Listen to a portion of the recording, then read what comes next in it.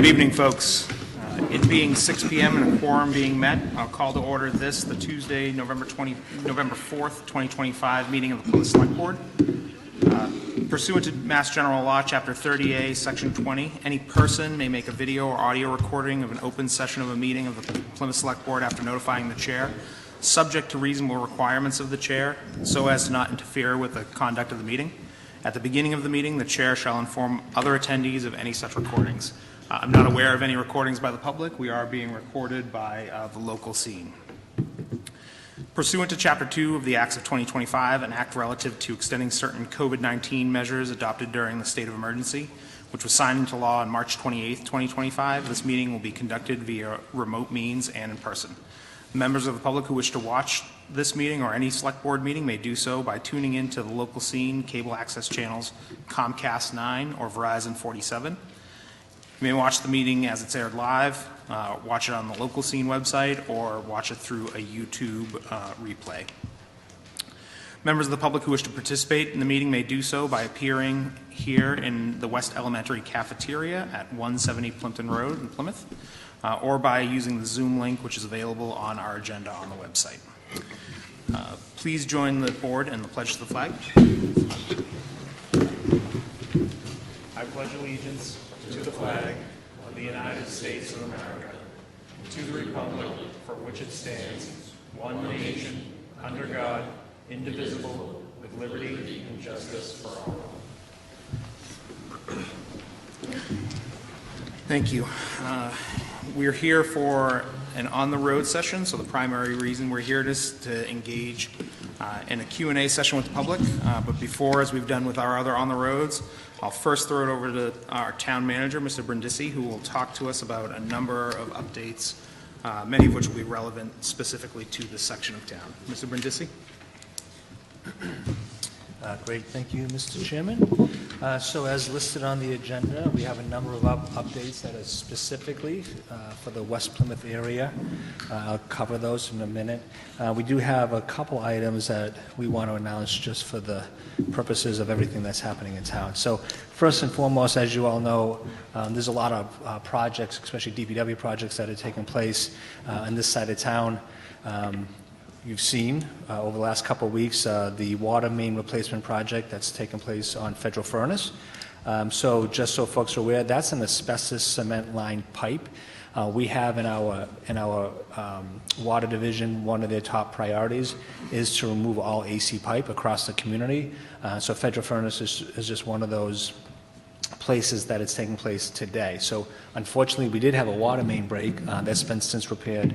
The water has been restored. That happened today, but we're expecting this project to be completed in 2020 by December 2025. Additionally, often talked about a couple of years ago, the Select Board negotiated an agreement with Claremont Development to install a water booster station here in West Plymouth. So the purpose of this booster station is to move surplus water, which is now over in the Plymouth Center zone, over to the West Plymouth zone. So we do know we identified a water deficit, also known as a firm capacity deficit, back in 2022, I believe, and this booster station will allow us to cover that deficit. And then laid on top of the booster station, the DPW is also working on a new water source in West Plymouth as well. So the booster station is currently 25% design. We're hoping to go to bid sometime, I would say, late winter of 26, and then construction will begin sometime in spring of 26 as well. It'll take about a year for the completion of that project. And then the water source is basically an additional drinking water well in the West Plymouth zone. We're expecting, assuming things go well, that this will provide for an additional 1.5 million gallons of water per day in the West Plymouth zone. So we're going to use the booster station to move water from the North Plymouth zone to West Plymouth to cover that deficit in the interim, and then once the new well is online, we'll have adequate water supply here in West Plymouth. So moving on, as you all know, we have the Route 80 sidewalk project. That was funded in 2022 at town meeting at $1.5 million. Total construction costs are $1.1 million with a small contingency. So we are definitely under the $1.5 million. As you know, this sidewalk project has just started, just about a week ago. This will consist of installation of new asphalt sidewalks, granite curbing, guardrail, and concrete ADA compliant wheelchair ramps. They will also, this will take place between Christian Road and Commerce Way. We're expecting this project, although it already started, to take about 3 to 4 months, weather permitting.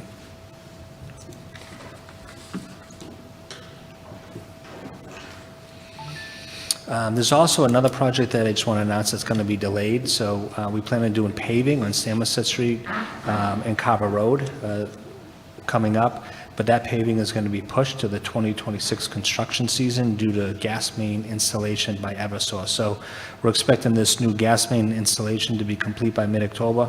So once we'll be completed with all of our pavement programs by then, so we're going to push the construction of this street over to 2026. And then the Route 80 Cemetery. So again, $3.4 million was appropriated at the fall 2024 Fall Town Meeting. We've already designed the new cemetery. We have already gone out to bid with the new cemetery. There's a few things that we have to wrap up before we begin construction, so we're working with Mass Historic Commission and Mass DOT to address these remaining items before we begin construction. I can recall in 2022, when the Select Board at the time had to impose a moratorium on the sale of burial plots because we were running out of burial plots. And so for the folks that aren't aware, under the statute, we are required, every city and town is required to have burial space for their residents. So unfortunately, we were starting to run out of space, which is why we decided to put this Route 80 Cemetery project into place. So we're hoping to break ground late fall. Once that's complete, we are hoping to open up the cemetery sometime next fall in 2026. The Cemetery Commission has voted unanimously to name the cemetery the Freedom Memorial Cemetery. That recommendation will eventually go to the Select Board for consideration. So those are the items specifically. Actually, before I get into some of the global items across the town, I do want to address a few concerns that were raised by the steering committees in the neighborhood. So there was a concern raised on Montgomery Drive and South Meadow Road intersection. It says that there are reoccurring motor vehicle accidents in this intersection. So we've been working with the DPW, so we'll work with the DPW to cut back that area, that intersection, so we have better lines, sight lines, so folks can pull out into the road. So we'll look at that area, we'll cut back the growth. If it's private property, we'll certainly work with those private property owners to cut back the growth. The second concern was road signs and street name signs partially or completely obstructed. So again, this is more of an overgrowth issue. So again, working with the DPW, we'll go ahead, we'll take a look at the throughout the neighborhood. We'll look at the road signs and the street name signs to make sure that they aren't obstructed. But I want folks to realize that if you have a concern, especially DPW concerns, we have a program called See Click Fix. You go right on the website. You can click on there if you have a problem with your street. Say there's a pothole, for example. Maybe a tree has come down in your street. Maybe there's some flooding in your neighborhood. Go to See Click Fix. That's a really good tool that you can use. Your response, your concern goes directly to the appropriate department, and you'll get a response from that department in short order. And so just a few other concerns that were brought to our attention. Summer Street and Westerly Road intersections. I'm not sure if this is in our village, but very close. There's concern about signage being posted. So we'll work with the DPW. We'll look at this one. Need to get more information on that one. And then the Commerce Way and Industrial Road intersection, again, reoccurring motor vehicle accidents here, asking if we've checked the lights for timing and accuracy. So again, working with the DPW, we'll go out, we'll check that intersection, we'll make sure the timing and the lights are working correctly. If not, certainly we'll make those improvements. And the other one I want to bring up, because Mr. Quintal often brings this issue up to me and Mr. Janeo. There's a bulletin board over on Industrial Park Road, Mr. Quintal, and this has often been vandalized with graffiti. So the planning department is working very closely with the business association. So the business association is trying to make a determination on whether or not they want to just remove the directory or if they just want to clean it. So more to come on that, but we have recognized that that bulletin board has been vandalized. And then just two more quick updates. The Forges Field and Hedges Pond Road, Forges Field Plan and the Hedges Pond Recreation Master Plan virtual meeting is coming up. So that's going to take place on Monday, November 10th. The first half of the virtual meeting will focus on Hedges Pond. That begins at 6 p.m. The second half of the virtual meeting will focus on Forges Field. That'll be at 7 p.m. So you can go on our website. We have QR codes that you can grab one of these flyers on the way out if you're interested. We did hold an in-person community gathering on these two fields, not well attended. So we're really trying to get folks to come out. We want to ensure that whatever comes out of these two recreation master plans really fits the needs of our community. So again, we need input as much as possible on these two programs. And then the last survey that is currently underway, again, is a community health survey. This is the first time ever. I've talked a lot about this in the past. It's being led by the Department of Health and Human Services here in town. So you can go to the town's website. Again, we're seeking input to fill out the survey.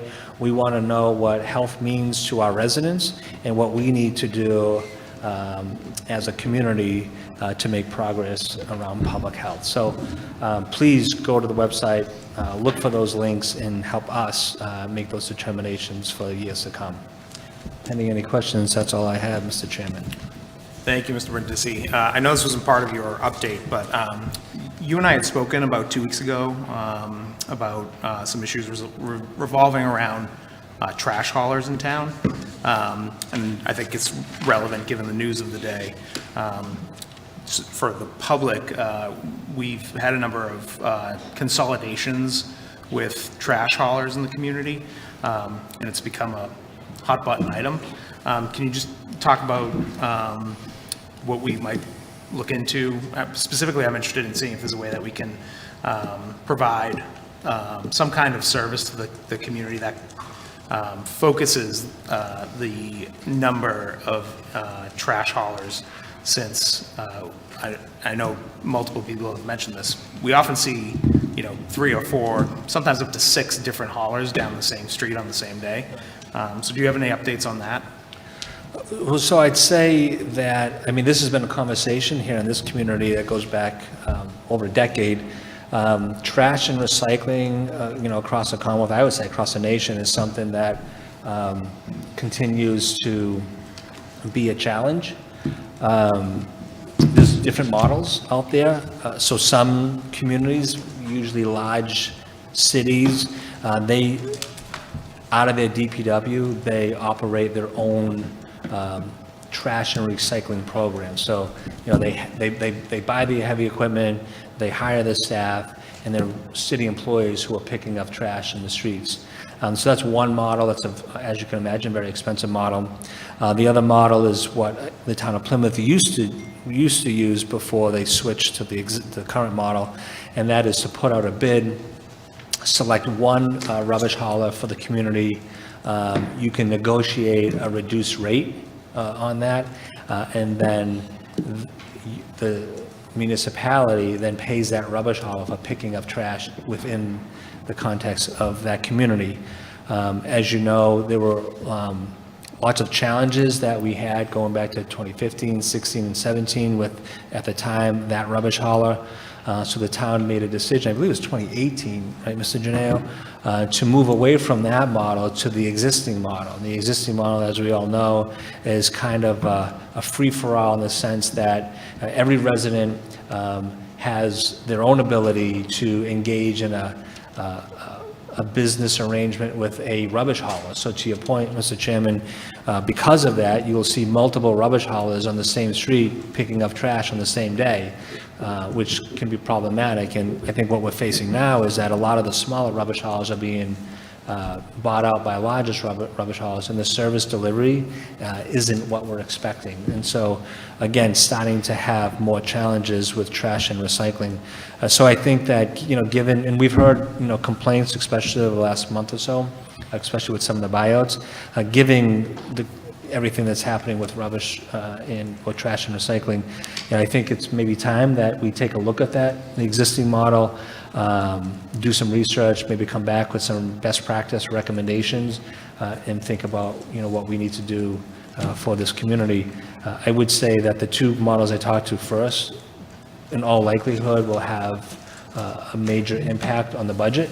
Right now, there's no impact on the budget as it relates to rubbish, because we now require individuals and our residents to go ahead and, work an agreement, a business agreement out with a private rubbish hauler.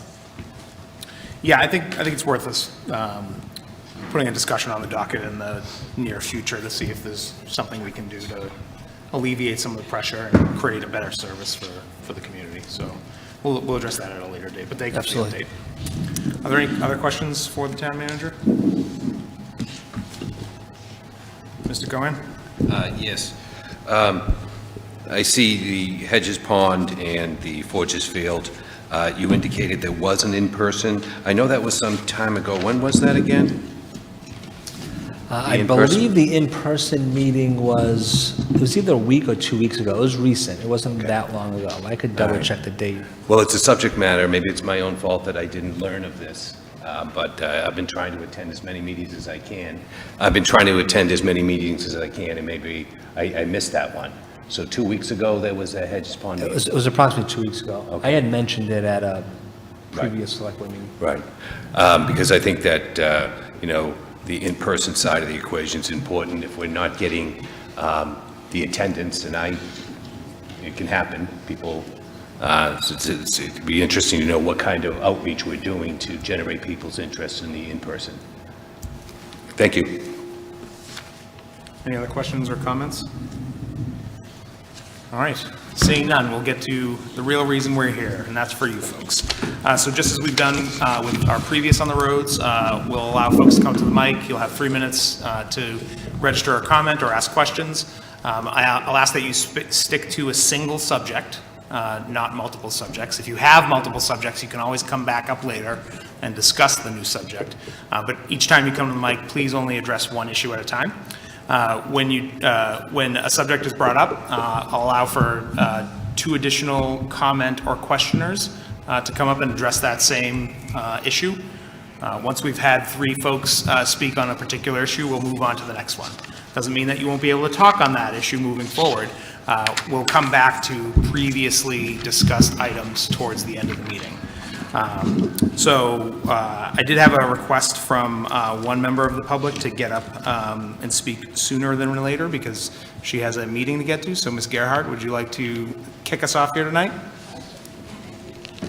Come on up.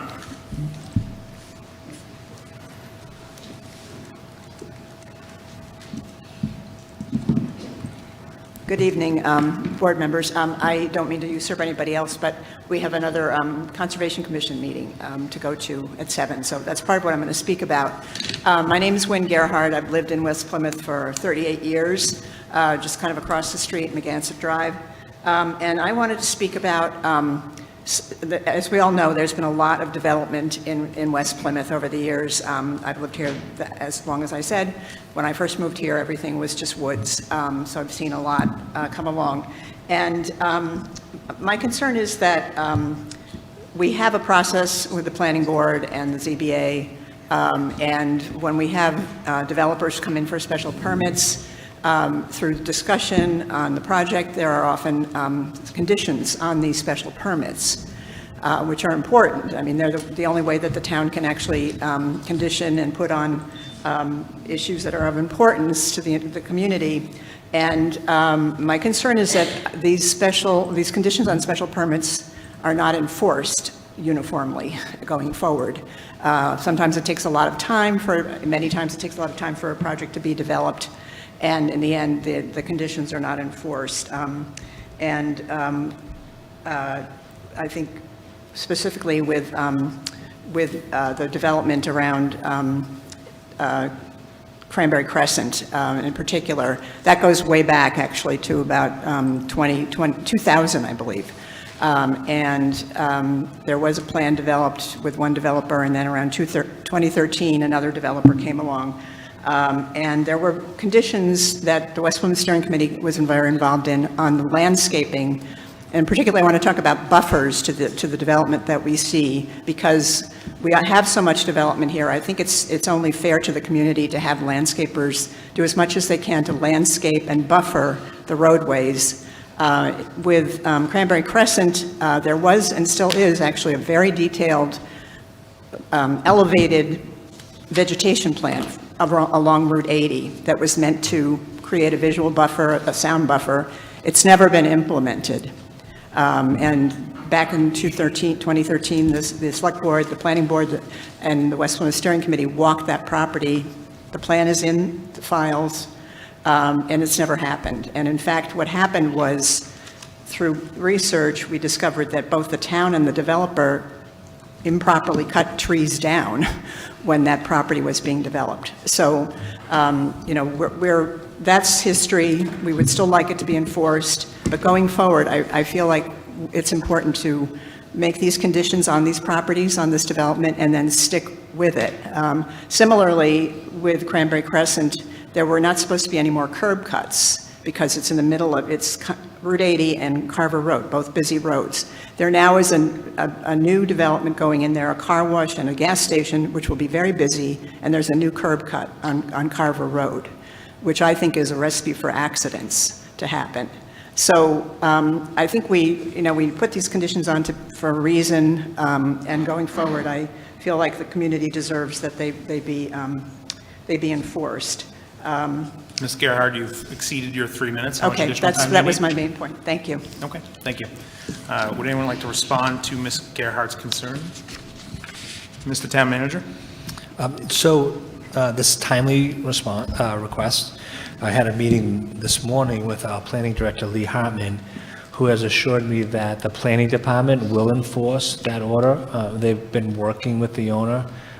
They've had some challenges with the previous property owner, so they're working with the current property owner to make sure that landscaping meets the expectations of the planning board that was originally issued as part of the special permit. So I'm hoping, you probably won't see anything this winter because it's, planting season is over, but it would be my expectation that we see something in the spring.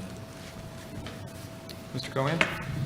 Yes, Wynn, thank you very much. I served on the Zoning Board of Appeals at the time that the buffer was removed. The buffer was on the land owned by the Commonwealth of Massachusetts, the town, and the developer of Cranberry Crescent removed the buffer. There was, as Mrs. Gerhard indicated, there was an agreement where they were going to come out and install a buffer. They installed an oscillating berm. They installed buffer material, but it never really was to the level of that we had hoped.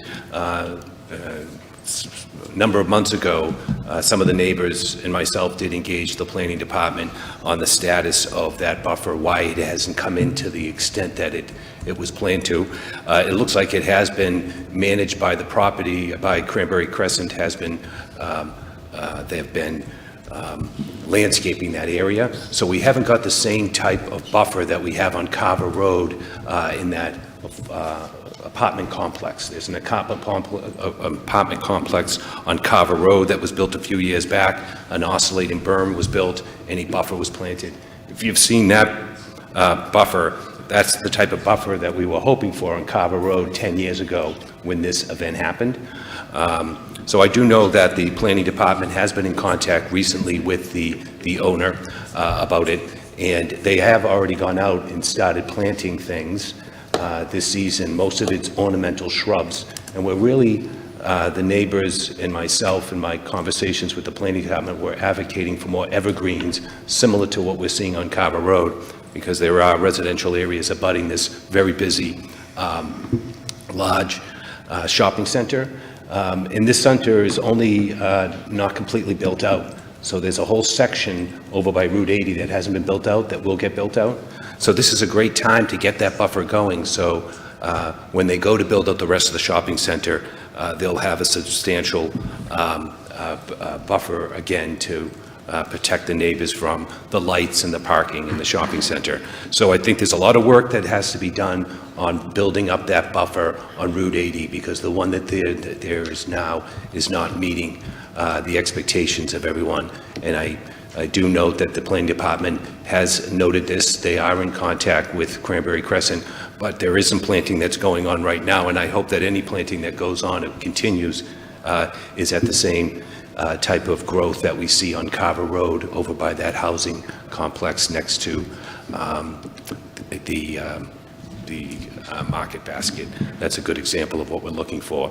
But I think the work is still a lot of work that needs to be done out there on Carver Road and, on Route 80 on this buffer. Thank you. Thank you, Mr. Cohen. Anyone else? Very good. Is there anyone else in the room who would like to speak on development in West Plymouth?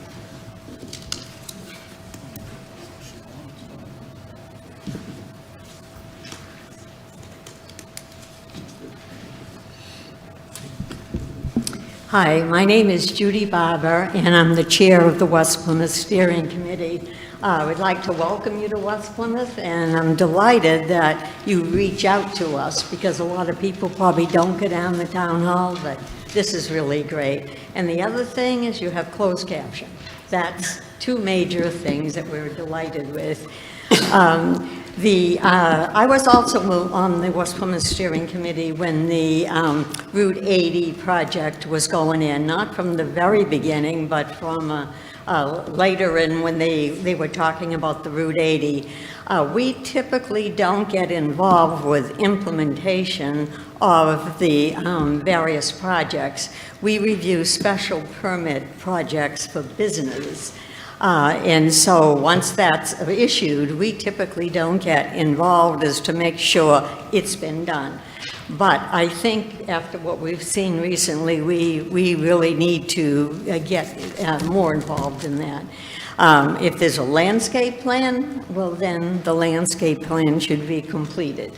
So I would think we'd be able to work out the differences, because the opinions vary as to whether the job is done versus not done. What I plan to talk about is that we have 5 different spots that we're a little concerned with the safety of the pedestrians and of vehicles. And you touched on some, so I'm not sure if you covered all of these. We have 5 areas, but I'll just go through them quickly. And essentially, I'll just read this. The West Plymouth Steering Committee has completed a list of topics that we would like to be discussed at the next town hall on the road meeting on Tuesday, November 4th at 6 p.m. at the West Elementary School. Several members will be in attendance. The first area that we have concern, and we did submit this list to you, is at, sorry? Okay. Montgomery Drive and South Meadow Road intersection. That's of concern. There are recurring motor vehicle accidents at this intersection. We suggest that the brush be cut back on both corners for increased visibility. The next one is road signs and street names, particularly partially or not completely obstructed. And we suggest that branches and overgrowth be removed from and around any sign any signs that are obstructed. Would this be more appropriate for quick fix? The third area that we're concerned with is Summer Street and Westerly Road North intersection. And we're not sure if this is in our village or not, but we suggest a more pronounced signage be posted that this is an access road to Route 3. And the fourth one is Commerce Way and the Industrial Park intersection. There are recurring motor vehicle accidents at this intersection. Have the lights been checked for timing and accuracy? possibly adding directional arrows if necessary and/or signage to facilitate smooth transition through the intersection. And the last one is flashing speed limits should be implemented on busy thoroughfares such as Federal Furnace, South Meadow Road, and Carver Road. And there are several other locations, but those are what we want to raise for you. So, we hope we'll consider that in your deliberations, and we'll be able to move on with this. Thank you. Thank you, Ms. Barber. I think the town manager addressed this in his opening statements, but is there anyone else who'd like to respond? Mr. Canty? So thank you, I appreciate that. I grew up in West Plymouth. I live in North Plymouth now, so don't hold that against me. But when I was growing up, we considered West Plymouth to start on the other side of Route 3. So although now when you drive into West Plymouth, there's a sign by the Walgreens, so I guess we're losing ground over time. But either way, I think that the Summer Street and Westerly Road is close enough that it's a local concern because you're driving through that area a lot, especially if you're getting off the highway to go off the old exit 6 and come home. But particularly for things at specific intersections or more spread throughout the community with obstructed signs, whether they be a stop sign, one-way street, yield, or a road sign like, this is Columbia Circle, this is Esther Road, this is Montgomery Drive.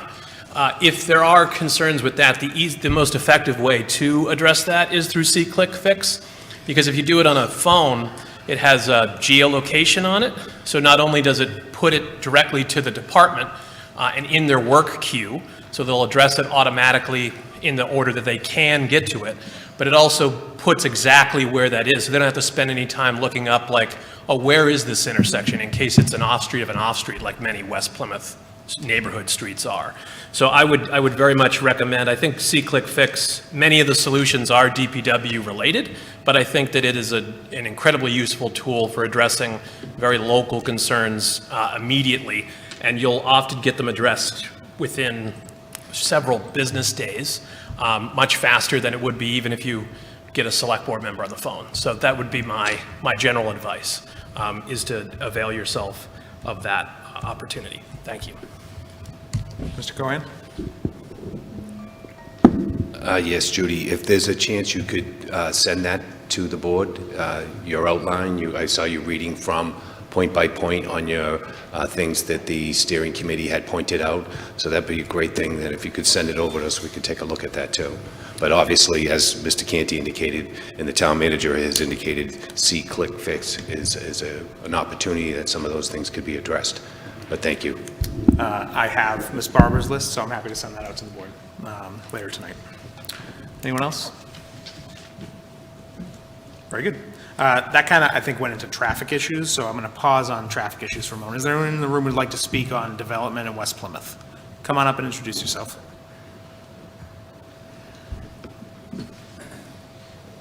Hey folks, nice to meet you. My name is Nate Moore. I live on Cook Road. I happen to be the vice chair of the West Plymouth Steering Committee. I wanted to put a fine point on what Wynn was talking about. I happen to work with her and Bill, although I'm the type of group teammate project that everyone fears. I just showed up with a pencil and a smile and really did no work, but I did a lot of observing. And I think what really struck me, especially in the context of Cranberry Crescent, but really using that just for illustrative purposes, right? I think there are details that we need to get into with that. But I think a general comment and an issue we ran into in talking, with folks in the town, whether it's planning board and others, that there's a real issue with following up on special permit enforcement in the town. And I think this is a unique issue that the select board should look into. I think the response we got from the town when we talked to them about it was that there is a dedicated team of employees with the town that are tasked with following up on these special permits, but they're under-resourced and simply don't have the time or the ability to follow up on every special permit, which I understand. The concern that I have, especially as a resident of West Plymouth, is that, if bad actors or businesses that are not motivated to do right by the town also come to that understanding on their own, that sure, they can agree to these special permit requirements, but no one ultimately is going to follow up on them, then my concern is that we, the residents, are going to pay the price of that, right? I think as you look to West Plymouth, we've received really the brunt of industrial development over the past couple of years, whether it's Market Basket or Walmart or others. My concern is that, the quality of life is really going to be impacted in a negative way to West Plymouth residents if you, as a select board, or you as a town, don't take the idea of holding businesses accountable and making sure that not only are they following the letter of the law or the regulation as it relates to these special permits, but also the spirit of it. Using this specific example of Cranberry Crescent, I think we could probably have a spirited argument about whether or not they're following the letter of the law when it comes to the landscaping out on Route 80. But if you just look at it, it's almost laughable, right? I mean, we received over the past couple of weeks a couple different photos, and they're like, yeah, we put some bushes out there, the problem solved. It's like, but as a reasonable person, you can look at those photos and understand it's not addressing the spirit of that regulation in the first place. It's not making West Plymouth a better place to be as a resident. And we're really depending on you, the select board, and you, the town, to hold these businesses accountable, because it's very difficult for us as private residents to do that. And I think it's worth preserving the quality of life and our freedoms as individuals within West Plymouth to really follow up on these things and invest in it as a town. So I think this has been my first foray into town politics, and I think it's frustrating, and you feel like you're powerless sometimes to hold these folks accountable for the special permits. So I'm just asking, when the opportunity comes up, to think about investing in that town function further, so we can really preserve the rights of private citizens. So anyways, thanks for being here in West Plymouth. Hope to meet you all one-on-one at some point, but thanks for the time. Really appreciate it. Thank you, Mr. Moore. Is there anyone who'd like to respond? Mr. Canty? So I appreciate the focus on enforcement of special permits in particular, because, we are in the process of building and assessing our budgetary priorities for the next year, which there's always more that the town wants to do than we're able to do, because we have to live within our means. We have our own priorities as individual board members, but hearing from residents about what is affecting them in their communities is also very informative as well. I think we definitely should look at how we're currently enforcing existing special permits, the resources that we're giving to effectuate that. The board also appoints members to the Zoning Board of Appeals, so making sure that that people are being thoughtful in the special permit requirements that they're imposing, because if we're imposing far more special requirements than we could ever reasonably enforce, that's something we need to weigh as well. We need to have those special permits be rationally related to what we're trying to achieve, and be something that is reasonable for that business to do and for us to actually be able to meaningfully enforce that. So weighing that. And then when we have joint meetings with the planning board, they involve themselves in some special permits as well. We can bring up the topic of this special permit issue that we heard about in West Plymouth and talk about involving that more in their deliberations as well. So I appreciate you and some of the other speakers bringing that to the forefront. That's something we can definitely consider more comprehensively going forward, because I agree. As I said earlier, I grew up here, and when I was a kid, Commerce Way didn't even exist, so I've seen Walmart come in. I mean, just the other day I was remarking, when I was a kid, Eastern Bank was Plymouth Savings Bank, and now it's one of 5 banks, like in an area you could throw a rock at the corner of Industrial Parkway and Plimpton Road and hit 5 banks. It's an interesting development. I don't know why there's so much need for banks, but it is what it is. But we'll certainly take that into consideration and look forward to trying to improve things, not just here, but elsewhere in town as we continue to develop as well. Thank you. Thank you, Mr. Canty. Before I go to you, Mr. Cohen, I just want to let folks know that Mr. Quinto, our Vice Chairman, is going to be departing this meeting a little bit early. He's going to be running up to Town Hall to attend a meeting regarding the Pulte development in North Plymouth. It's something that's very important to the community and way of development, so I think it's timely in our discussion now. I want to thank the Vice Chairman for being the eyes on the ground for us at that meeting, and I'm sure you'll have some information for us next week, or Yeah, next and if week. we adjourn early, I'll definitely come back. I'll text you. Excellent, thank you for being there. Mr. Cohen.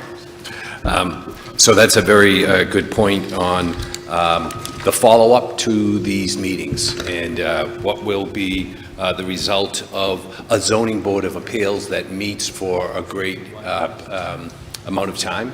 I sat on the zoning board of appeals, as I mentioned before, and I've mentioned a number of times. That was an experience that shows me the energy that staff and residents and petitioners and their representatives put into this process. And at the end of a series of hearings, we come to an agreement, and there's an order of conditions, and we want to see those enforced. And that is where I think we need to strengthen the town's ability to make sure all the good work that went into this process happens as we hope that it happened at that meeting, when we take in the neighbors' considerations, the petition's considerations, the board makes a decision, we have our order conditions, and we always want to make sure that town staff is at a level that can enforce those conditions. So it was a very good point, and I think that when you do look at the Route 80 landscaping, that is a textbook example of where something might have fallen through the cracks, because it's been nearly 10 years since that hearing, and we're still grappling with the effects of it. But it is true, Kevin says he mentioned how he recalls when he was a young person, when I was a young kid, when we drove past A&W on Route 44 and headed out to Sacred Heart, there was nothing but trees the whole way. So that was a little bit before your time, but West Plymouth is growing, and it is taking on a level of commercial development, and we have to understand that it does have a high level of residential development, and through the permitting process and through follow-up to meetings and boards enforcement, protecting the interests of the residents here at West Plymouth should be paramount to our community. Thank you. Thank you. Since Ms. Barber's comments were more in line of traffic, I'll allow for one more on West Plymouth development. Is there anyone in the room who wants to speak on that? Is there anyone online, Jade? No. All right, thank you very much. We'll move on to traffic issues. We had one comment on that. Is there anyone else who'd like to speak about traffic? Come on up and introduce yourself. I'm Paul Blanchard. I now live in Westwood Village, but 50-plus years ago when I moved to Plymouth, as you were saying, if you had some reason to go out Route 80, you were kind of going through the primeval forest. But since then, a lot has happened, and even since Route 80 was originally built, there's a lot of development along the road. There are several, there's the school, there's several other things. The sidewalks are very welcome, but my concern is the speed limits, which vary up and down the road. We had another bad accident this afternoon, right down by Village West, the secondary exit coming out of Village West that included one of the police ambulance. So we've had several at the intersection with where we come out at Westwood Village.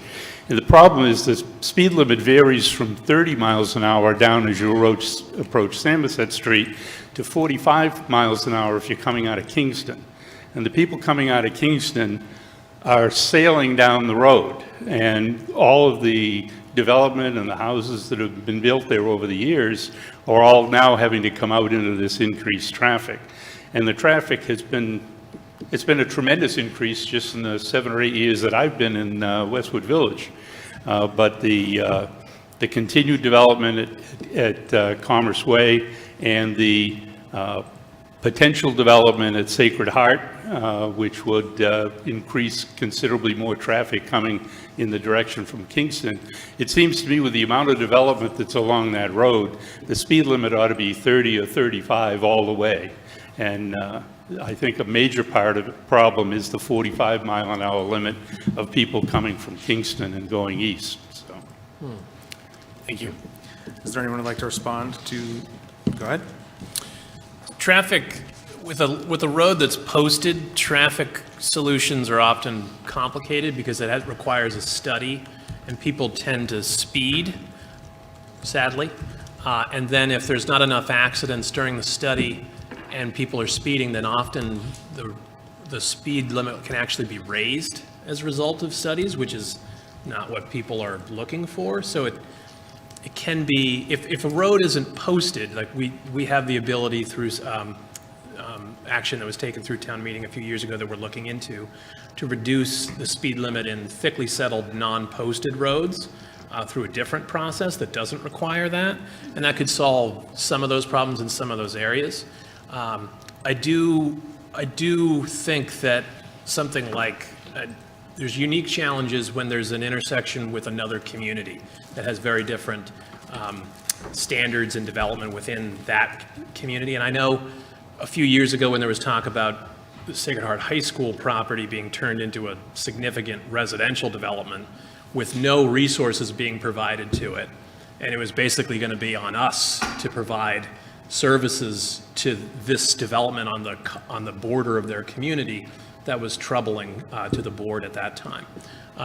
But just traffic, because of the standards that were under statewide, it can be more challenging to deal with speed limits in a way that actually addresses residents' concerns, because unfortunately, people do, this is Massachusetts, people do tend to drive in a unique style, and that can have some adverse consequences. So we are mindful of that, though, when we're considering that, as is the DPW. So we hear the concerns, and things like the flashing signs to remind people of the current speed limit, things like we're soon going to have at our disposal portable, essentially speed humps that can be put in a limited number of areas occasionally to try and encourage people to comply with certain speeds. There's speed tables, so they're regulated to a certain level of speed. But that's something that we can look at as well to try and get people to adhere to the currently posted speeds, as opposed to some other solutions that may not actually be available to us. But thank you. All right. Is there anyone else in the room who would like to speak on traffic issues? Jade, is there anyone online? No. All right, we'll move on. Is there anyone who would like to speak on any other subject? Come on up to the mic and introduce yourself.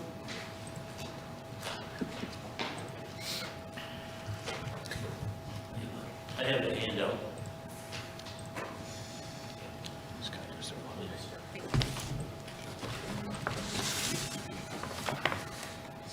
Good evening. Thanks for letting me speak. I'm Joe Paulsonello, and I'm a senior citizen, 77 years old, Saturday. I was awarded the successful qualified bidder for the sale of 0 Spooner Street. I have no idea the status of the sale that's going on. I get no response from anybody. I got a letter, I awarded it. You have my deposit since March. There's a tremendous amount of environmental, health, safety factors that have to be addressed. I was ready, willing, and able to do it in April and May. But there's dead silence here. Fuel tanks, but the biggest thing is the PFAS. The town manager on August 21st, when we met, said, PFAS is in soil. We were wrong. It's in groundwater, it's in an aquifer, but the most dangerous thing of this arsenic, cancer-causing PFAS, it's throughout the interior of the building and in the residence. That needs to be decontaminated. That was my program. But most of all, it's going to be my residents. I really felt I was doing a good thing. Instead of where we are right now, I thought I'd be sitting around talking to you people. Welcome to the town. We're happy we're doing. Boy, you're taking a tremendous thing. The only response I got was the town manager, September 2nd, asking me why I was attending these meetings. Why are you here? You shouldn't be here. Why are you here? Then that night, your town council calls my lawyer. Just didn't take the call. September 30th, the same thing. The town manager. Why are you here? You don't need to be here. I'm saying to myself, I never heard of such a thing. Then there's an email I've sent, which is I'm a very responsible person. I'm in this business. Health and safety, fire, all this stuff. I did it for years. FEMA. Look at my qualifications that are in there. I made sure that the fire department, everybody knew. Town manager emails the fire chief. Tell Paul Sinello he doesn't own the building.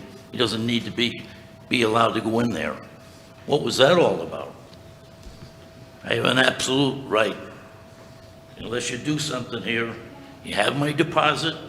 What the town manager should have told the fire chief was, thank goodness Paul Sinello is alerting us. Get together with him.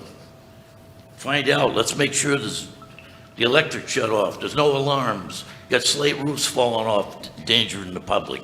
Asbestos. Board of Selectmen, you can't sit on your hands and put your hands in the sand, okay? Your head's in the sand. You have legal, real estate profession, business acumen. You have to do something. Thank you. Thank you, Mr. Paulsonello. I will say that the matter is subject to an executive session, so there's not a lot we can say here right If now. you're talking about me, you should bring me in that executive session. Well, that's not how executive sessions work when there's No, I know how a real estate executives. transaction. I've served on towns, I've been involved. Understood, sir. So we're not going to be able to respond to your specific requests tonight, but we will be in touch. It's a sad thing. The Pilgrims experienced this, they would have got back on the boat and went back to England. Thank you for your comments, sir. I'll also say I've worked with Mr. Brindisi in a variety of capacities during my time as a volunteer for the town government. He's been nothing but responsive and encouraging to our community to have residents get involved. So I do apologize if you feel that you were snubbed, but I do think that Mr. Brindisi does an excellent job working with our Are you community. kidding me? Ask him why I'm attending these meetings? Sir, your 3 minutes have expired. Yeah. I'm going to ask that you take a seat. This is now the board's time. Is there anyone else from the board who'd like to say something?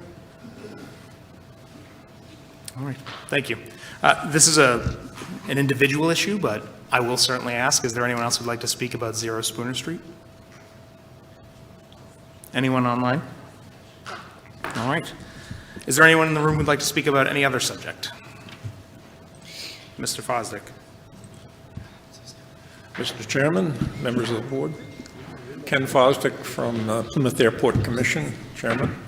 With me tonight is Matt Cardello, the airport manager, Doug Krashati, Vice Chairman, and Peter Connors, member of the commission.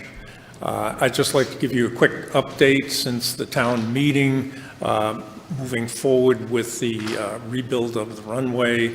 There's a meeting scheduled for this Monday with the FAA and our engineers to go through the pre-examination and setting up the goals. We will continue to, so that's where we're at with that subject matter, assuming then they're all going to be there and working at that point. So far they have been. We are going to continue to work with the Community Advisory Committee, and as I mentioned at the town meeting, the possibility of the extension has been moved off for several years due to funding issues, but we will continue to talk about that. But so there's no confusion, we are continuing with the permitting process that we were going through, because that permitting process included other objects, other projects within it, one of which is specifically the addition of the wastewater treatment line on the south side of the airport, and that's still on the state's capital improvement plan, so we need to get that process done. We will have our meeting on Thursday night, open to the public, and if you have any other questions, we're here to answer any questions tonight. Thank you. Thank you, Mr. Fosdick. Is there anyone on the board who'd like to respond to Mr. Fosdick? I Ms. Iaquinto? Yes, I had a question. Thank you so much for the update, Mr. Fosdick. It's really good to hear that we're starting to make some progress on that. I know it's a long time coming. I just wanted to clarify what you said about the permitting process, because you mentioned that it would also, it's much more comprehensive than just the runway extension, but the runway extension would be included in that discussion. Am I understanding that correctly? You are. Okay. You are. There were, first, the wastewater treatment plant, extension to the line on the south side. There was addition to the possibility of putting in a few more hangars. The runway. The runway. Sorry, it's anything that was included in the technical master plan update, that's what the permitting's for. So that south side sewer line, runway reconstruction, runway extension, as well as Ken was saying, the additional possibility to build hangars. So that's what all the permitting's for. So it's all encompassing all those projects that were on the technical master plan update a couple years ago. It would be great if we could put together some sort of a communication to the community to make them aware that that's what's happening, so that people don't misunderstand if they see I keep wanting to call it a railroad, but I'm sorry, the runway extension. Understood. Yeah, and that's a goal of the commission right now, is a communication plan. So and then my only other request would be, once you have a timeline established for the work that's been already approved, you're getting ready to start, if we could maybe create some sort of a timeline with some milestones that could then be communicated to the community, again, just to keep people informed about what's happening and when they can expect things to happen. I think it's a great idea, yeah. I think we'll do that. Great, thank you. Thank you. Anyone else? Mr. Canty? Since the airport's here, I mean, obviously the repaving was an issue that came up at this last town meeting, which thankfully passed, because to me, I know it was stated it wasn't a safety concern, but I would imagine the size of some of those cracks where a cell phone could disappear in it, I don't imagine that felt very good, particularly in a plane that's landing. So I'm glad that's done. But I think, like, really effectively, the video component of that presentation was important. And I think because I have noticed that one thing that Plymouth really abhors, like nature, is a vacuum. A vacuum of information will be filled with misinformation, speculation, fear, uncertainty, and doubt. And while it's good to be able to get out into the community whenever you can at precinct caucuses, COPC, select board meetings, things of that nature, obviously you can't be everywhere all the time. But if you put out more of those videos, and we can work with local scene on things of that nature, they can be distributed, disseminated, and then it's a uniform message that is able to be viewed by everyone wherever they are, and they can see the conditions on the ground. I know when I became a select board member, I went on a tour of the airport shortly after for a couple hours. Got to see Cape Cod Community College, got to see the Mass State Police Flight Wing, EMS, MedFlight, which I had actually been med-flighted when I was a kid. I had a seizure, and a febrile seizure, and if the med-flight wasn't around, I wouldn't be here. So I think that those types of services are really important to see and know that they're in the airport, but not everybody is going to be able, like, even if you were to bring town meeting members, you're not going to be able to bring 162 people on that tour. You'd do nothing else for a year. So, but having a video component where people can see, this is what the airport is, this is what the airport's doing, this is what we want to do here, and being able to disseminate that and have it available and have it be like evergreen content, where whenever something comes up, you can just add the next thing.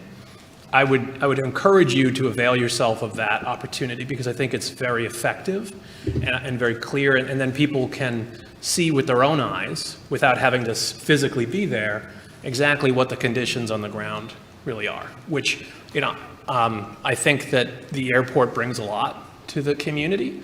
It's an economic driver. There are a lot of businesses in the industrial park here that benefit from it, have clients come in, go visit clients through it. It does bring in people for other purposes, tourism purposes, recreational purposes, other events.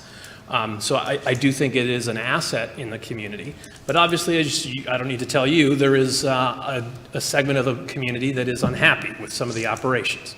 And working with them is important, but also communicating to the general public exactly what those conditions are in a clear, consistent, concise manner, I think will pay dividends for you in the long run. So I just would encourage you to continue availing yourself of that. Thank you. Mr. Cohen? Just like echo Deb and Kevin's points, I think it's important to get an outline out to the community when you plan to meet and prepare for that meeting by doing as much outreach as you possibly can. And Kevin is right, it does, the airport does play a role in economic development for our town and region, and it plays a major role in the safety and well-being of our residents in terms of MedFlight and the state police operating from this location.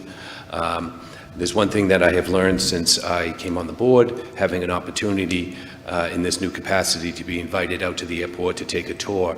It is an education. I have lived around the airport all my life, and to have that education is very helpful. I would, again, see what you can do to open the airport up and allow residents to go on a similar experience and tour to see the level, to see not only the state police operation, the MedFlight, but also the other supporting businesses associated with the airport, and most importantly, the Cape Cod Community College and its facility that it's running out at the airport, educating the next generation of young people in training and in technical capability. But at the same time, I want to make it clear that we should do as much as we possibly can to reach out to the neighbors around the airport. They're residents, they have concerns, and I think at town meeting, someone got up during the debate and thought that this relationship could need some improvement, and I would have to echo that. So I think that Deb and Kevin and I are indicating some of the things that you can do to reach out to the neighborhood, to reboot this relationship with the neighbors, because their quiet enjoyment of their homes has to be managed to a degree, and anything that you can do to establish that. One of the things that I think would be nice is to extend an invitation to residents to schedule some time to come out in small groups and take a look at the airport and see how it operates in the future plans. So thank you for all your work listening to the neighbors. Please.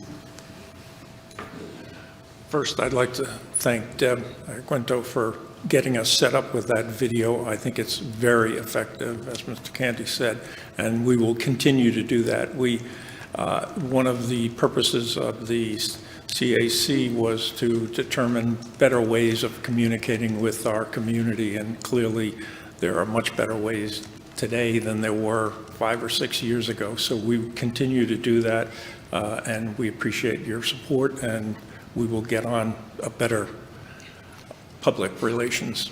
Thank you. Is there anyone else from the public who'd like to speak on the airport? Please come up and introduce yourself. Take your time.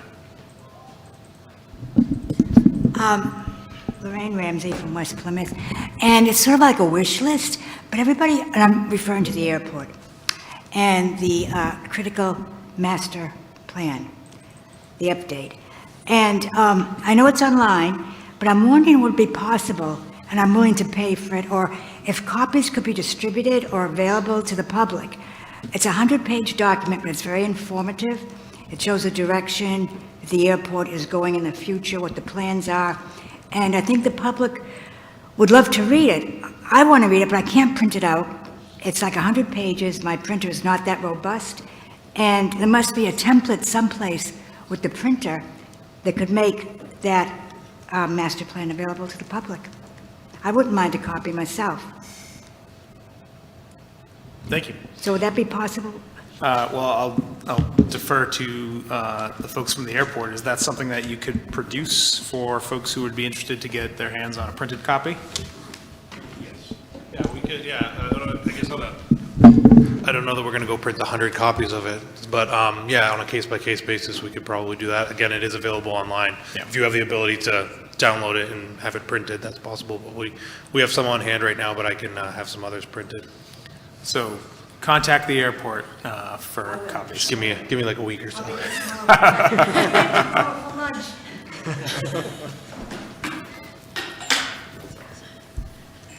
Jennifer Harris, town meeting member, precinct 13. As the retired library director of the Plymouth Public Library, may I suggest that you put a copy at the library? Just an idea. We can do that. All right. Mr. Canty? We could also put out, I don't know if you have them available, but like, you could have like signs with QR codes that people could, at the airport rather, could scan the code and get it on their phone. It doesn't print it out for everybody, but that one's easy to distribute, free to everybody to just use their phone for that. And then, like we have, for example, at the table coming in here, we have some copies of our On the Move magazine for On the Road, lots of ons. But that's a shorter magazine, it's not 100 pages, so it's easier to print out more copies of it. But having maybe a few of them on hand for interested people and engage, because I don't think all 65,000 residents are going to want a copy, luckily, but I don't know what the level of interest is, but it could, even if you did have to print out 30 copies of it or something, and I know that's a lot of pages, but it still could do you a lot of benefit for the people that are really interested in getting into that. So I would encourage, and I know we have, the town more broadly does print projects like that periodically. So if it's something that the airport itself couldn't accomplish, I'm sure we could coordinate and be able to do that more collaboratively to help out, since it is a municipal asset. Anyone else? All right, that was 3 on the airport. So we will move on to a new topic, but we can certainly come back to that later. Is there anyone in the room who'd like to speak on a new topic? Come on up. Good evening, everybody. Stevie Keith, Precinct 10. Don't mind the mustache. I was Luigi for Halloween, and I haven't shaved yet, so you can deal with that. I'm here to give an update of the 5-gallon challenge. Last weekend, the community came together at Braybo Payroll. We raised over 12,000 pounds of food, water supplies, women's health products, you name it. It all went to the coalition, but I'm still getting a ton of stuff in. If you know of any food banks in need, let me know. I'm just distributing it as it comes in. We also raised $1,500 that went directly to food banks to get fresh produce for people in town that are in need. So really proud of this town, people coming together to step up to the plate. And that's all I got. Appreciate your time.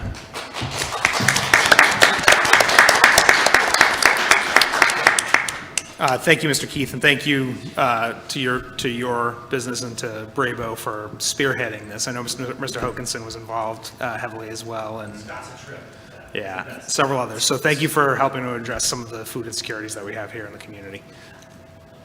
Is there anyone else who'd like to respond? I'm just clapping. I'll clap you out, Stevie. All right. Thank you. Good luck. Is there anyone else in the room who'd like to speak either on the 5-gallon challenge or food insecurities in the community? Is there anyone online? No. All right. Is there anyone in the room who'd like to speak on a new topic? Come on up.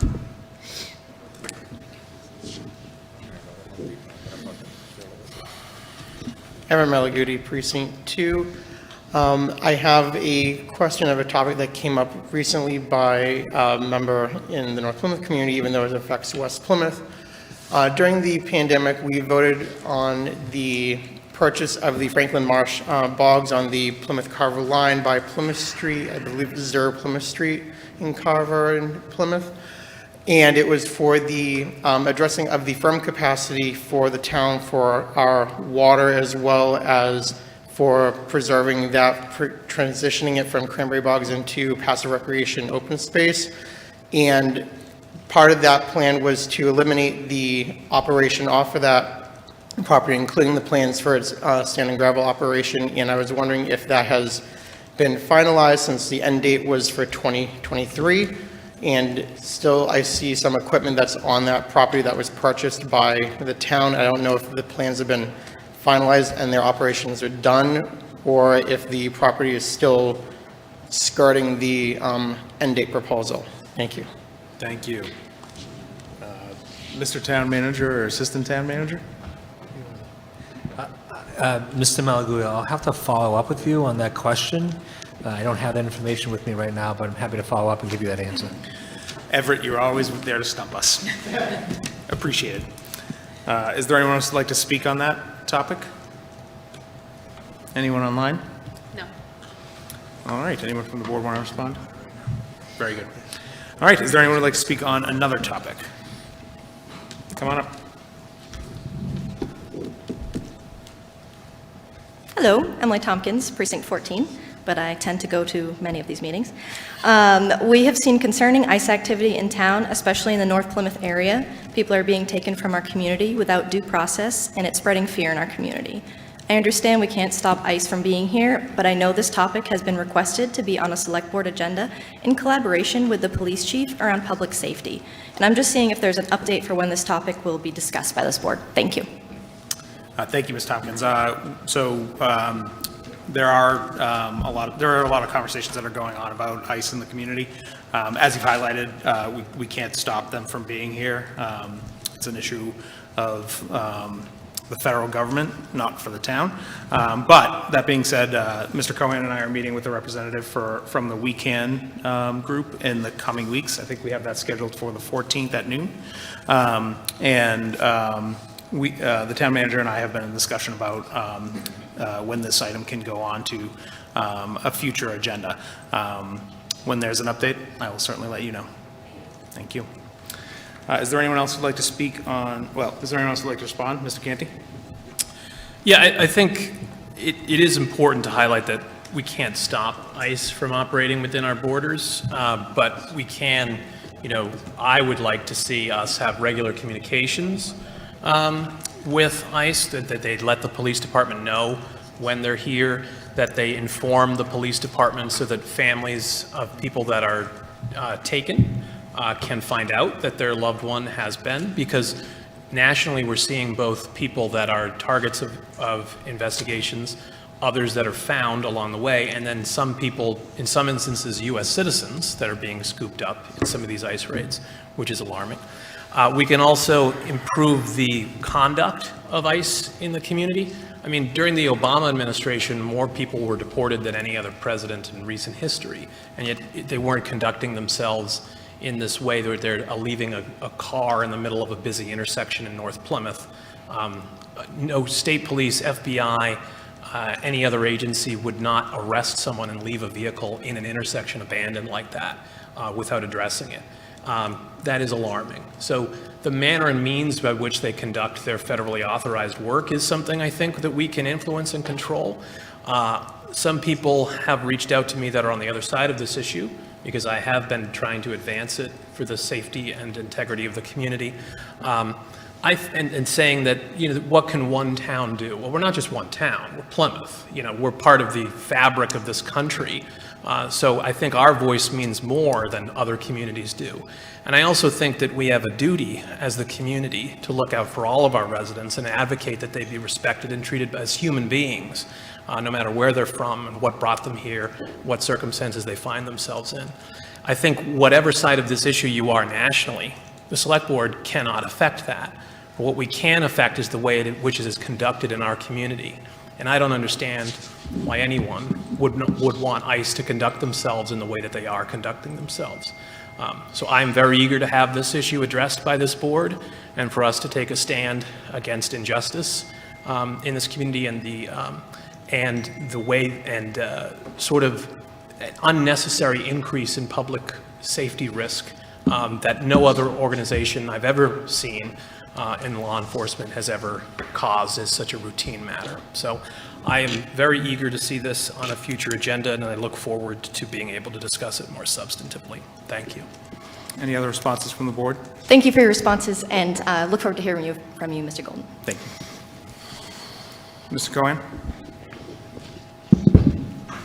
Just to reiterate and build on what the chairman, Mr. Golden, and Kevin Canty have indicated, that yes, there is a meeting planned in the near future to address the issues that fall under our control. Obviously, there are state and federal agencies that we do not, or county, that we do not have control of, but obviously we have the responsibility here in Plymouth in terms of the safety of its residents. And that's what the goal we're working towards, to open up this dialogue, to allow this discussion to occur.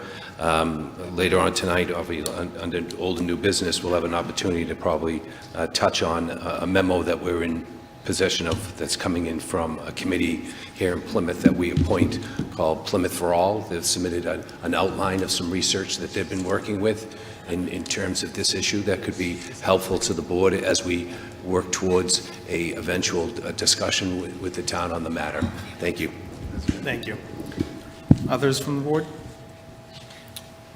I'll just add to the conversation that we have put out statements through the Plymouth Police Department and through the Plymouth school systems. The substance of those communications were largely that the town will comply with all federal and state laws, which I think ought to be what the position of the town is on these matters. So more to come in the future, and as I said, Ms. Tompkins, I will personally reach out to you when we get it scheduled up. Anyone else in the room who'd like to speak on ICE? Anyone online? No. All right, very good. Is there anyone in the room who'd like to speak on another subject that we haven't yet spoken about?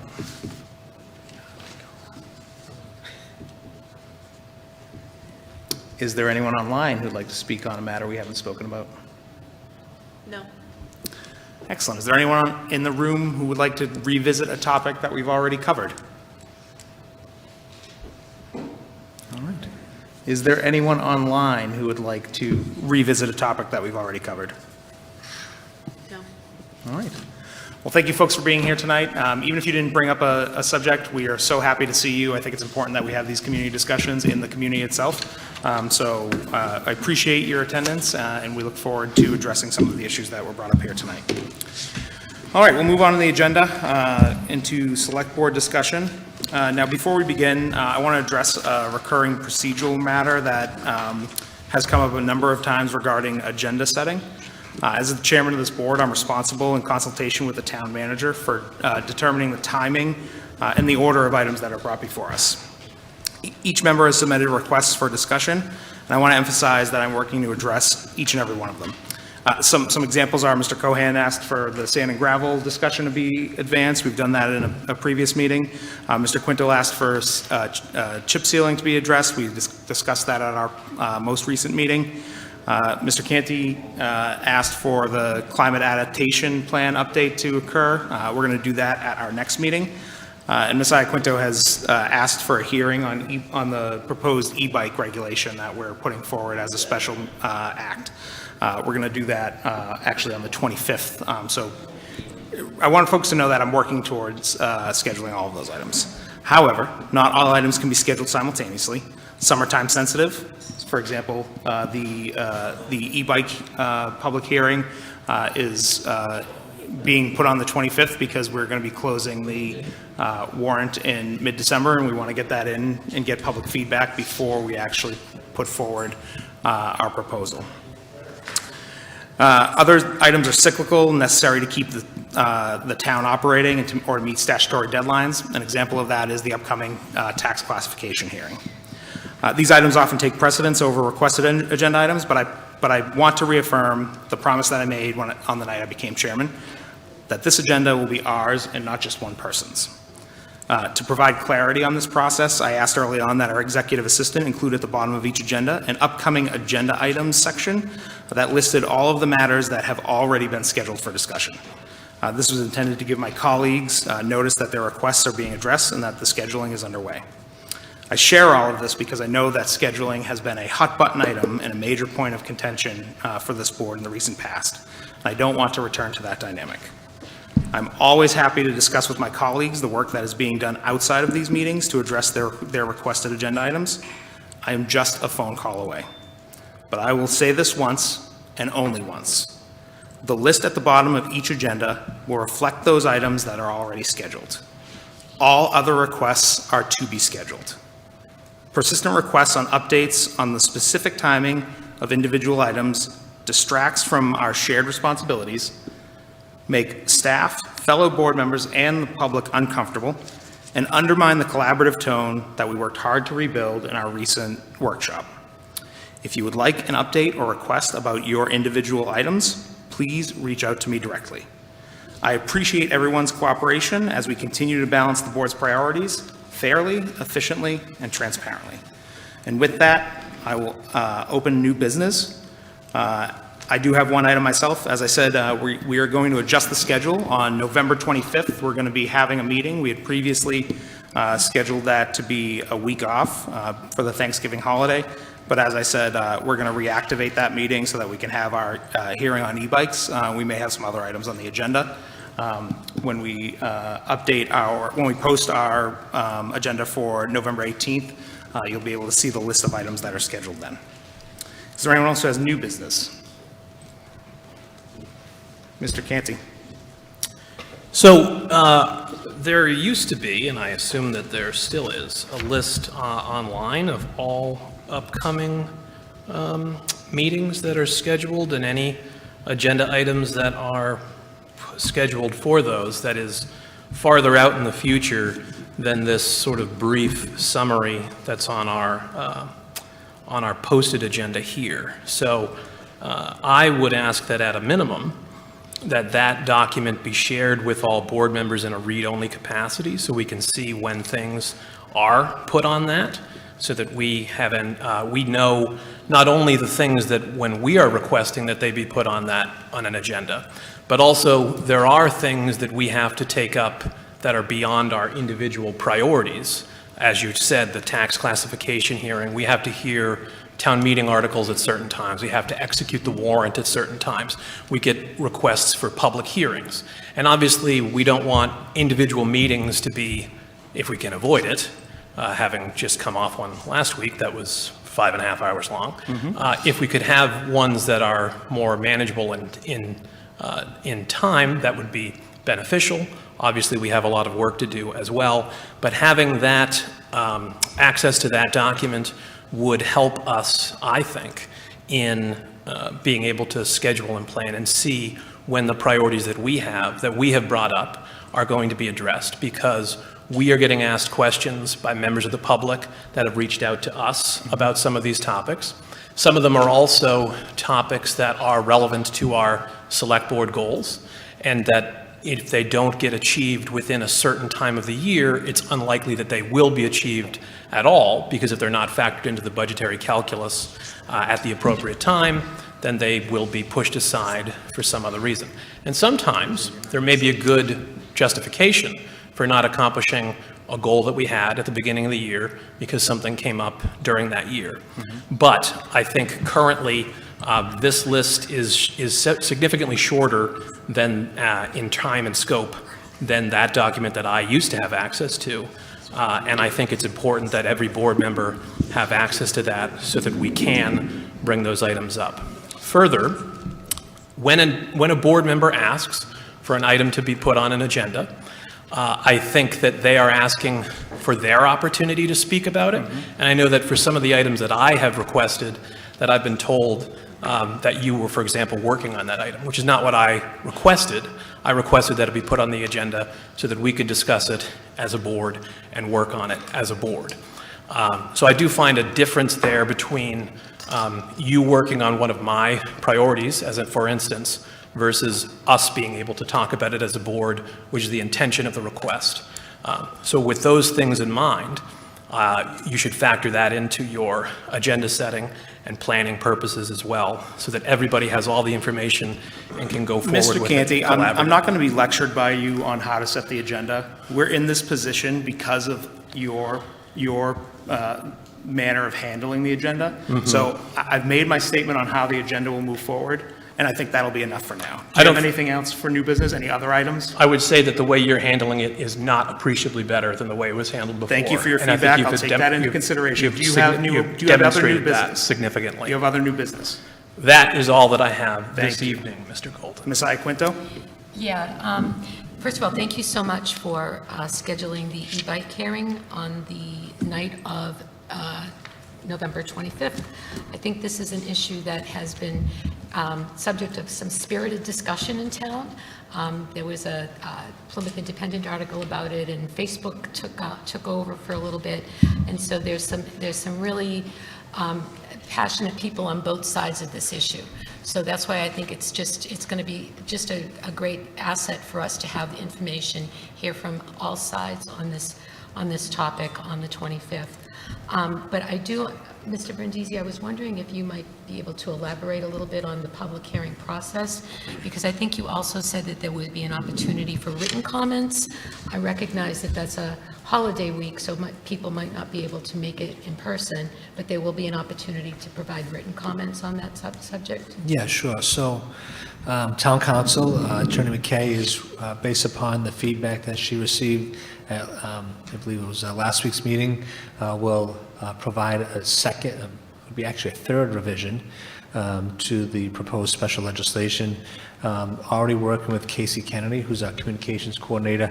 Once that revised special legislation is ready, Casey coordinator will advertise the public hearing with the legislation so folks can read it well in advance. We're hoping to advertise that over the next 2 weeks. Then the public hearing will take place, as you pointed out, Messiah Quinto, on November 25th. And then we'll set up a process for about 7 days thereafter for those folks who are not able to attend, to provide written comment to the proposed legislation. We'll take the verbal input on the 25th and the written input over the course of the 7 days. We'll use that, we'll present that information back to the board at a future meeting prior to the closing of the warrant so that the board can consider all public commentary before the final deliberations. Thank you very much. Mr. Cohen? Yes, just a quick note. At some point, probably, we should have David Gould from the Office of Energy and the Environment working on gristmill, on Jenny Gristmill. It'd be nice to know how things are going along. Are they on schedule as the winter sets in? If it's much more efficient in terms of a busy agenda, maybe we can get a written update from him. That would be helpful to the board. Just to see where we are on Jenny Gristmill and just make sure people know that there are still businesses operating at the gristmill and you can still get access to there. So that's important to note. I mentioned this a couple of weeks ago, and I know that the Director of Public Works, Mr. Coyne, was looking into the bump on State Road on Warren Ave at Mantis Point. It seems to be a little bit more pronounced, especially when trucks are carrying things going over it. I'm hearing from some of the abutters and neighbors around this bump. So if you're pulling a trailer and it's full of something, it does magnify the effect of what's going on at that State Road. Now, as the weather gets slicker and wetter and icier, having a bump like that, people moving along, if they can't address the bump issue, at least put a sign up saying, prepare for a bump. Because and we'd start living with the bump, but I'd rather see if we can do something out there at Mantis Point where it refers where this bump is on the road. Also, I know that we're working on committee appointments. It's good to note that the deadline closes November 11th for the Sand and Gravel Committee. So if you're thinking about serving on that committee, you should get your resume in by the 11th, because I believe we'll be appointing by December 2nd. Yeah, I think we might do some of our appointments on the 25th, either before or after the public hearing, but yeah, either the 25th or the 2nd, right, Jade? Yeah, that's correct. Okay. And I just wanted to make sure that the Memorials Committee and Little Red Schoolhouse are part of that equation. I just want to make sure that. The other thing I have here tonight before you leave, I have a little disclaimer. We're going to be working on the habitat location. I wanted my fellow board members to get the rules and regs relevant to that event that we have planned. And then finally, at town meeting, there was another article there at town meeting about the Economic Development Foundation in the form of Article 26. I did have a chance to attend a number of caucuses and different meetings. It was the intent of the legislative body to encourage the select board to revisit the Economic Development Foundation in terms of how we interact with it. Obviously, we need economic development, but we also need transparency and accountability. I want to just say, after a town meeting, I guess I've been encouraged and I hope that in the near future, we can, as a board, come to a point where we can put something on the agenda where we can discuss how we can improve that situation. Thank you. Thank you.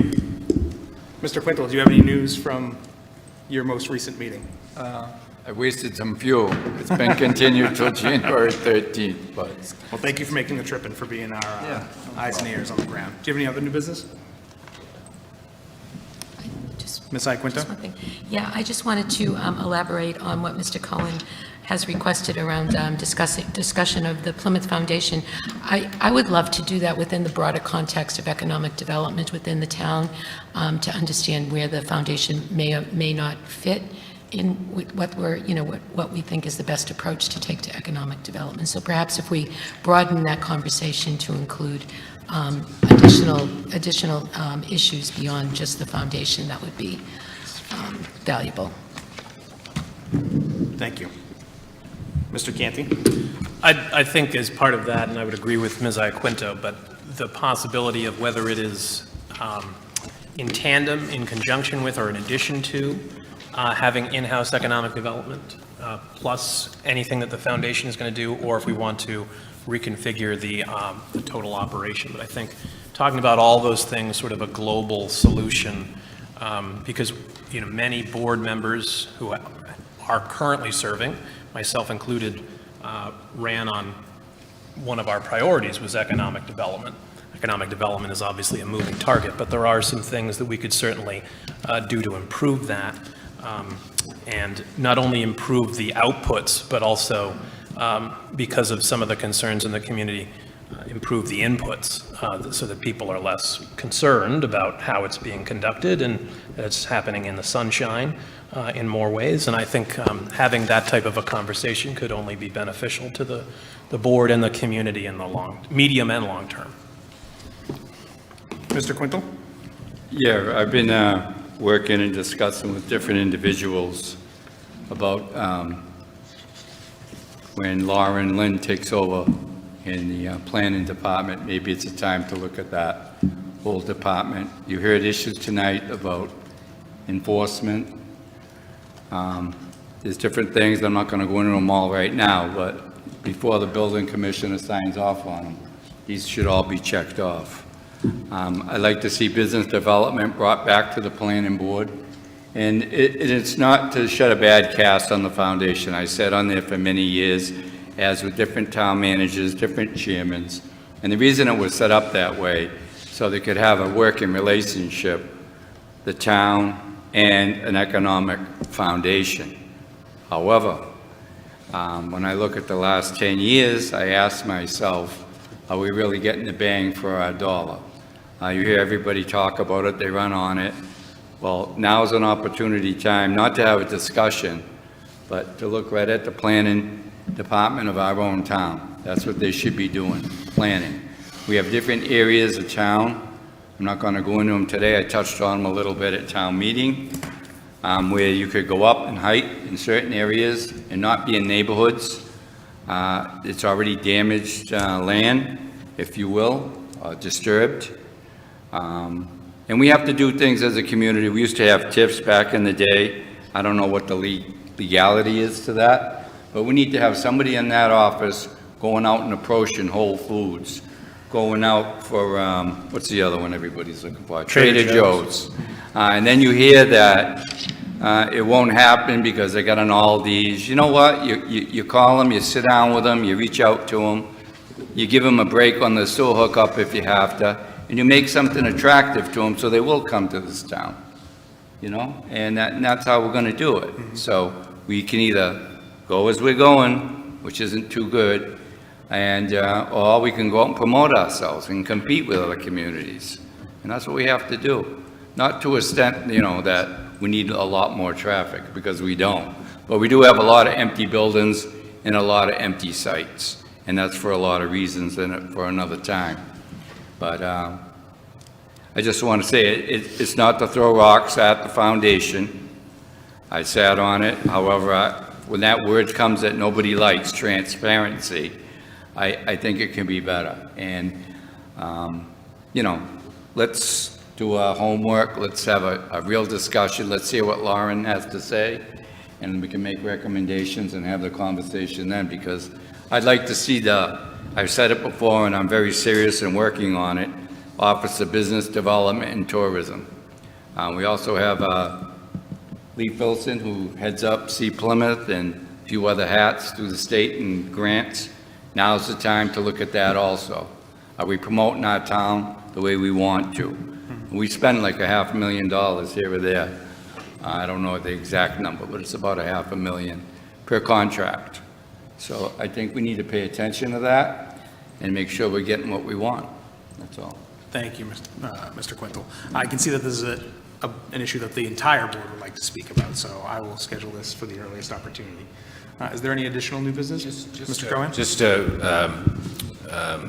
when I brought up the idea, it was as a result, I think we're all on the same page on this idea, that we've all been encouraged to look at this. But Dickie and Deb bring up a very good point, that this opens up another avenue of opportunity, and that is looking at the Office of Planning and Development, looking at See Plymouth.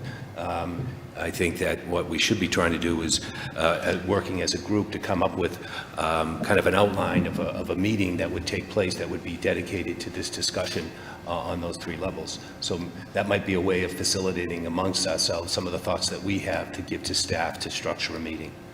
Thank you. Thank you. Any other new business? Mr. Canty?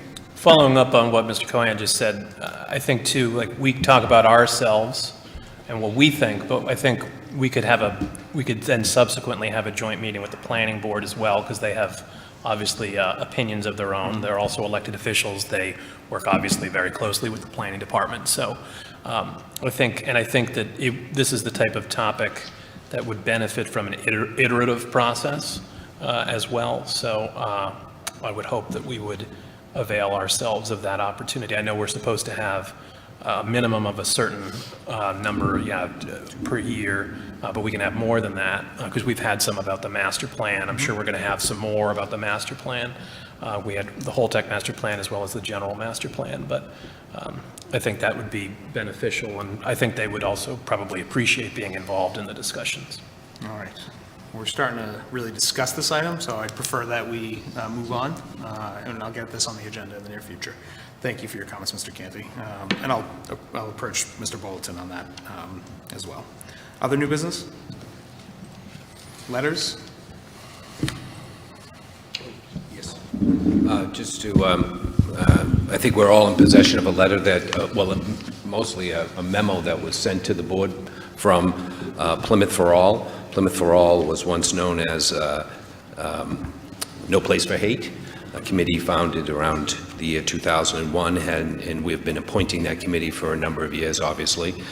They've been working on this issue that came up earlier this evening about different law enforcement agencies operating in Plymouth and some of the thoughts that they have after looking into the matter. So I think it's, they've supplied a memo to us. We should take a look at that, and at some point maybe invite Plymouth for All to come before the committee if this memo is something that we want to further discuss that they've provided us.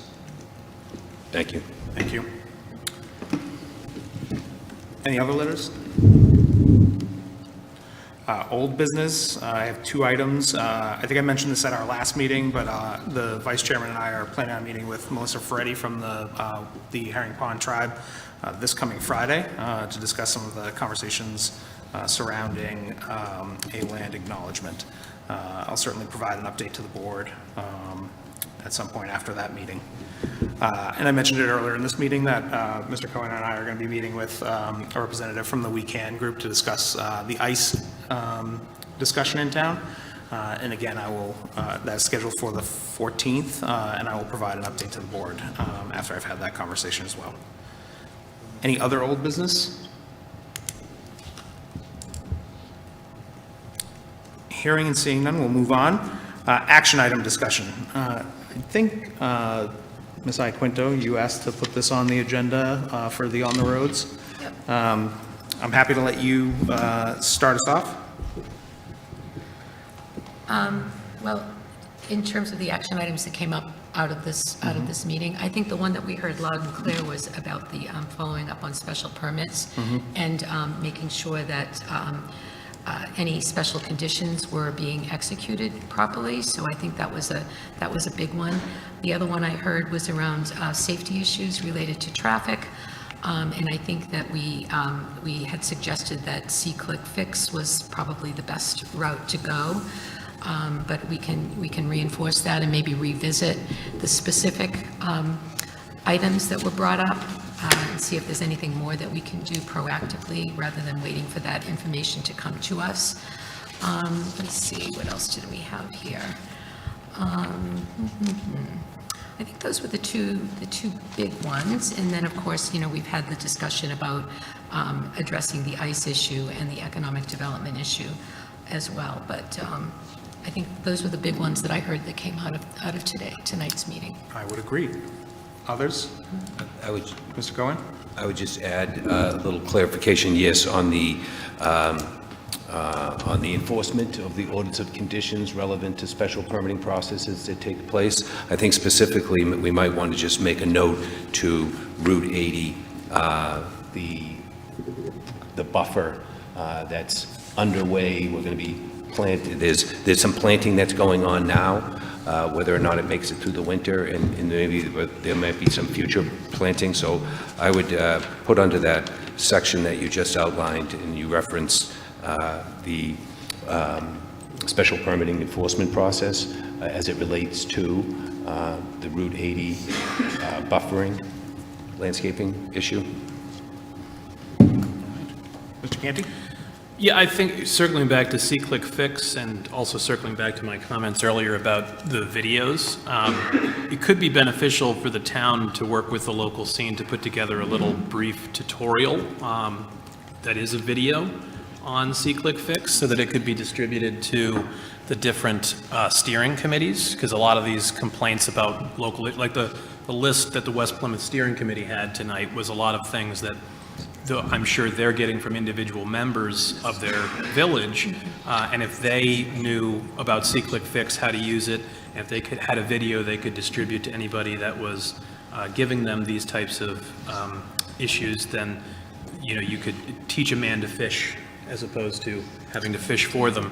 And that would be something that we could use in a variety of different contexts to empower residents to report issues themselves and get it automatically in the work queue, as I had alluded to earlier. So I would encourage us to seek that as a potential long-term solution that would probably not require a tremendous amount of effort, but would be very useful to have something on board to use and disseminate.